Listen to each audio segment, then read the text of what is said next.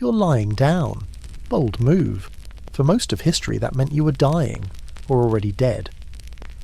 But hey, welcome to Yawnumentary, where bedtime means bizarre history, delivered flatly. No monks, no lullabies, just peculiar truths masquerading as calm. If you're here to fall asleep, or avoid making any real decisions, you're in good company. Let's begin. You're trying to get comfortable. Blanket, pillow, a weird elbow position that somehow feels right. Most people lie flat. Some curl up. Some overthink it and end up in the fetal position with one sock off. But centuries ago, you wouldn't have been lying down at all. You'd be sitting, in bed, propped up, like a half-forgotten mannequin in a museum corner. Not lounging, not reclining, sitting, because lying flat was suspicious. To lie down fully, legs out, arms resting, meant one of two things. You were very sick, or very dead. People slept half upright to keep their insides from shifting, or to avoid being mistaken for corpses. Both reasonable concerns at the time. Beds were built short on purpose, so you couldn't stretch out even if you tried. The mattress was straw, the pillows were lumpy, and the fear of death was nightly. Today, lying flat is expected. If you slept like they did back then, half sitting, neck bent, hands folded, someone would probably call a doctor, or assume you passed out watching TV. But back then, that was prime sleeping posture. Sleep like you meant it, but not like you were auditioning for a funeral. So tonight, as you drift off with your spine fully horizontal, remember, you're already doing better than most people did in 1473, and if you wake up with a sore neck, just be glad you woke up at all. You don't stretch out. That's how corpses get arranged. Face up, hands folded, feet pointed toward the chapel. It's not a sleeping pose, it's a statement. This person has stopped being a person. Please clear the bed for someone living. But you're not dead. Not yet. You're just trying to rest. So your back stays angled. Your knees are bent, like you're waiting for a prayer to finish. Your chin tucks in politely, and if anyone saw you through the flickering candlelight, they'd say, "Ah, still breathing." This isn't about comfort. You're not trying to prevent a stiff neck. You're trying to avoid spiritual confusion. Because in much of early Christian Europe, posture had meaning. A lot of it. To lie flat was to imitate the dead. To rise upright was to imitate the saved, and the boundary between those two things wasn't always clear. The sick were laid out, the accused were laid out, the excommunicated were buried face down, as a warning to anyone digging nearby. So sleep became a performance, a message to the heavens. I am still aligned with the living. I am not ready to be claimed. Even your furniture agrees. Beds were built like coffins, with high wooden sides and sloping headrests. Some had closable doors, others had lids. You weren't in bed. You were in a box that suggested you were still eligible for mourning. And in case you think this was just a medieval misunderstanding, you should know. The practice didn't vanish. It drifted. Into monasteries, into high society, into the homes of people who still feared what happened at night. Because sleep looks too much like dying, and dying, frankly, was inconvenient. The air's heavy, stale, a little damp. It smells like tallow candles and wet wool, because it is tallow candles and wet wool. Your room has no ventilation. Your windows are mostly decorative, and somewhere in the back of your mind, possibly passed down from your grandmother, you know this one thing. If you lie flat, you might stop breathing. It's not superstition, it's science. Well, it's 17th century science, which is to say, enthusiastic guesswork wearing a powdered wig. Doctors, real ones, warned against lying flat because it allowed the vapour's course to rise, or settle, or stagnate, or do something very bad that no one could quite explain. In truth, they didn't know what lungs did, but they knew what lungs didn't like: stillness, coldness, and the horizontal plane of death. Lying flat made the lungs sink, they said. The phlegm would gather, the humours would pool, and suddenly you'd wake up dead.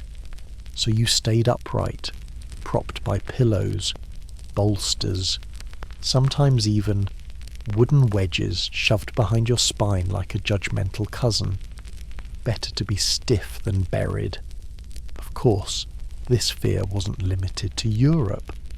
In early Qing dynasty China, manuals recommended elevated sleeping angles to promote qi flow. In parts of the Ottoman Empire, reclining on cushions at a soft incline was standard. No one explained why exactly, but when everyone you know has a cough and no antibiotics, you take your angles seriously. And then came tuberculosis. They called it consumption, because that's what it did. It consumed you. People wasted away slowly, beautifully, poetically, at least according to the novels. In real life, it was a series of shallow breaths and blood-stained cloth. And lying flat, that was a death sentence. So if you were sick, or thought you might become sick, or had once read about sickness, you stayed upright, half sitting, eyes closed, mouth dry, waiting to survive the night by not reclining too hard. It wasn't elegant, but elegance has never been the goal. Breathing has. Let's say you wanted to sleep lying flat. Reckless, but all right. Let's say you tried. There's a problem. Your bed isn't built for it. It's not a bed, really. It's a wooden box. Narrow, high-walled, sometimes with a door, sometimes with two. It's cosy in the way a coffin is cosy. Enclosed, echoey, and unsettling. You don't stretch out. There's no room. The mattress, if you're lucky enough to call it that, is filled with straw, feathers, or whatever the local sheep weren't using. And it slopes slightly, not for comfort, for drainage. You try to sleep on your back, you slide. Try to lie on your stomach. Congratulations, you're now inhaling hay and regret. Now let's talk about the headboard. You might imagine something plush, or padded, or gently curved to cradle your skull like a caring deity. No, it's a plank. A flat, vertical wooden slab designed not to comfort you, but to hold your posture accountable. Sometimes it's carved, sometimes painted, sometimes it just creaks ominously when you lean on it too hard, as if to whisper, "Sit up." The dead lie flat. In wealthier homes you might have a box bed, an actual wooden structure with shutters, a miniature room within a room, because nothing says restful like voluntarily locking yourself into a medieval cabinet. And in cold climates, this made sense. Beds weren't about comfort, they were about heat retention and pest control. You weren't alone in bed. You were accompanied by your blanket, your breath, your fleas, and the occasional rat with tenure. Even your pillow betrayed you. It was often hard, stuffed with grain or straw or wool twisted into the rough shape of forgiveness. In Egypt, they used often curved headrests made of wood or stone, not because they hated comfort, but because they believed. Elevating the head helped preserve the soul during sleep, which tells you everything you need to know. You didn't sleep for pleasure. You slept for survival. And if that meant propping yourself up like a bookshelf full of bad decisions, so be it. Your bed creaks, not because you turned, but because someone else did. There's a shoulder brushing yours. It's not malicious, just spatially inevitable. Because this isn't your bed, it's the bed, and tonight you're sharing it. This is normal. In medieval Europe, beds were expensive, space was limited, houses were small, privacy was optional, so you shared. With your brother, with your grandmother, with the apprentice, with the visiting merchant who claimed he knew your uncle. You didn't ask questions. That was impolite.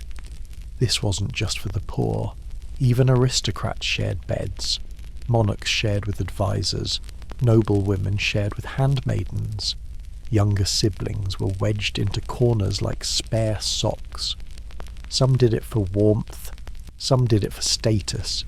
Some did it because no one had invented Do Not Disturb. It wasn't considered odd. It was considered practical. Beds were wide, sometimes called great beds. They could fit 4 to 8 people, but that didn't mean stretching out. It meant curling inward, keeping your limbs to yourself, and mastering the art of rotational stillness. One wrong move, and you were sleeping with someone's foot on your neck. The English even had a term for it. Bedfellows. Not romantic, not scandalous, just literal. You travelled, you shared a bed, you visited relatives. Bed, you stayed at an inn. Hope you like the guy from Flanders who snores in Latin. Even courts of law recognised it. Witness testimony would often begin with, "I was lying in bed with Thomas," and no one blinked. Because where else would Thomas be? And yes, there were rules. You slept, facing outward. No eye contact, no unnecessary words. Absolutely no turning toward each other unless it was freezing or one of you had the plague, which was surprisingly common. The goal wasn't intimacy, it was economy. Beds were shared the way soup was shared, quietly, carefully, and without too many questions about what was floating near you. Your spine is straight, your head is bowed, your knees are bent, not too much, not too little. You look respectable, because posture says everything. Lying down was physical, sitting up was moral. In medieval and early modern Europe, people didn't just sleep upright for comfort. They did it because sleeping like a corpse felt presumptuous. You're not dead. Don't act like you are. Religious teachings of the time were soaked in bodily symbolism. To sit upright in bed, especially in old age or illness, was a display of virtue. It showed vigilance, humility, and that you were prepared to greet the angels consciously should they arrive early. Monks often slept upright, not because it helped, but because it disciplined. Many believed that comfort led to laziness, that lying flat invited dreams, and that dreams invited temptation. Better to nod off in a controlled slump, better to keep the devil confused. In some circles a reclined body was thought to be vulnerable to evil.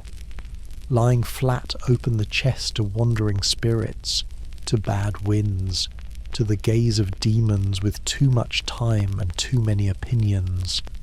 So you elevated yourself, physically and spiritually. Sleep became a moral performance, like fasting, or kneeling, or not screaming during sermons. Even in death, the messaging was consistent. Saints were often buried, seated, back straight, eyes closed, hands folded, like an invitation to quiet applause, because posture mattered in life, in death. and in whatever came after. You're not the only one sitting up tonight. Far beyond your wooden bed and flickering candle, other people in other places are doing the exact same thing. Because for reasons no one quite agrees on, humans everywhere decided that sleep, true, deep, stretched out sleep, was something best approached with caution. In Edo period Japan, people slept on woven mats called tatami. No bed frame, no box, just the floor, a stiff pillow, and posture-based expectations. Samurai were expected to sleep lightly, with discipline, with the possibility of waking to defend honour, household, or hallway. Even when resting, you were performing readiness. In the Ottoman Empire, sleeping was a social event. Rooms weren't designed around beds, they were designed around cushions. Low, firm, arranged along the edges of the room, you reclined, you sat, you drifted into sleep while still halfway in conversation.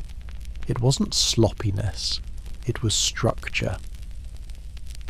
In parts of India, upright sleep was associated with yogic restraint. Certain spiritual practitioners would meditate into sleep without ever lying down, because lying flat suggested detachment, and detachment suggested you were done with this life, and you weren't, at least not tonight. On 19th century trains, sleeper cars were a luxury, but reclining fully, not guaranteed. Passengers often slept seated, wrapped in coats, heads bobbing gently against the rhythm of industrial ambition. It wasn't spiritual, it was practical, but it still carried the echo of a world that had never quite trusted the horizontal.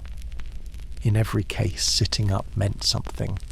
Sometimes discipline, sometimes status, sometimes paranoia wrapped in upholstery. But mostly, it meant you hadn't let go yet. You were still present, still vertical, still technically alive. Eventually, someone lies down, all the way, back against a mattress, arms sprawled, legs straight, and nothing happens. They don't die. They don't lose their soul. No one mistakes them for a corpse and summons a priest. They just sleep. Comfortably. Suspiciously comfortably. It starts in the late 18th century. Beds get bigger, mattresses get softer, and posture, for the first time in centuries, becomes optional. Blame the bourgeoisie, or thank them. They had money, they had private rooms, and they had the luxury of reinventing discomfort. They wanted elegance, not utility, and so the bedroom became a place of pleasure, not survival. Then came the Victorians. Say what you want about their oppression, they understood bedding, feathers, linens, headboards you could lean against without developing a theological crisis. The bed became a centerpiece, not a container, not a warning, a statement. You weren't just allowed to lie down, you were encouraged. In 1865, the first commercially successful spring mattress is invented. Suddenly you're not sleeping on something, you're sleeping in it. The bed embraces you, lulls you, tells you it's okay to fully relax, and no one will misidentify your corpse. Probably. As cities modernized, bedrooms became private. Doors had locks, furniture had fluff, and sleeping alone became not lonely, but luxurious. Posture lost its meaning. What mattered now was comfort and sales brochures. Sleep became a product. And that meant lying down was in. You weren't resisting death anymore. You were leaning into relaxation, horizontally, head first. But even now, in hotel rooms, on red-eye flights, in hospital beds, people still sit up. still prop themselves at angles, still fall asleep like they're not quite ready to surrender to gravity, as if we remember, somewhere in our bones, that the flat pose wasn't always safe. It had associations. You lie flat now, more or less, but not always, not completely, not without accessories. The fear is gone, mostly, but echoes remain, quiet preferences, strange comforts, choices we make without knowing why. Your recliner tilts to 120 degrees. Never more, never quite horizontal. Why? Because full extension feels exposed, like you're offering yourself to something, and you're not sure you want to be received. Your hospital bed has settings. They call it the recovery position. Elevated chest, bent knees, upright head. No one says why, but lying flat in a hospital feels like tempting fate, even now. Wedge pillows, anti-snore devices, neck cradles, that mimic 15th century bolsters with better branding. We say it's ergonomic, but maybe we just haven't forgotten that elevation once meant safety. On airplanes we envy first class, not for the luxury, for the angle. A seat that almost becomes a bed, but not quite. Just enough to sleep, not enough to drift too far. Because sleeping upright somehow still feels more responsible. Even spiritually, the shape persists. Mourners sit up straight. Meditators avoid the floor. The faithful kneel, never lie, before the divine. We rise to meet meaning. We bow to acknowledge it, but we do not recline in front of it. That would be inappropriate. And so, despite springs, despite foam, despite decades of advertising, we still fold extra pillows behind our backs. We still nap in chairs. We still doze in postures that feel respectful, as if the world might check in while we sleep, and we want to look ready, just in case. And now, you're lying down, flat, stretched, completely surrendered to the mattress beneath you. Strange, isn't it? How something that once felt dangerous now feels necessary. There's no wooden headboard behind you, no carved bench, no shutters to close, no cousin sharing your blanket. Just quiet and softness, and the occasional creak of a modern bed pretending to be ancient. You're safe now. The air is clean. Your pillow was designed for comfort, not to hold your posture accountable. You don't need to prove you're alive anymore. You're allowed to disappear for a while. Close your eyes. Let your limbs grow heavy. Let the floor fall away. Let the centuries pass. You're not being watched. You're not being judged. You're not being measured for a coffin. You're just sleeping, finally, fully, flat. And maybe, when you wake up, you'll remember none of this. Just the softness, just the space, just the long, impossible history of people trying, however they could, to rest.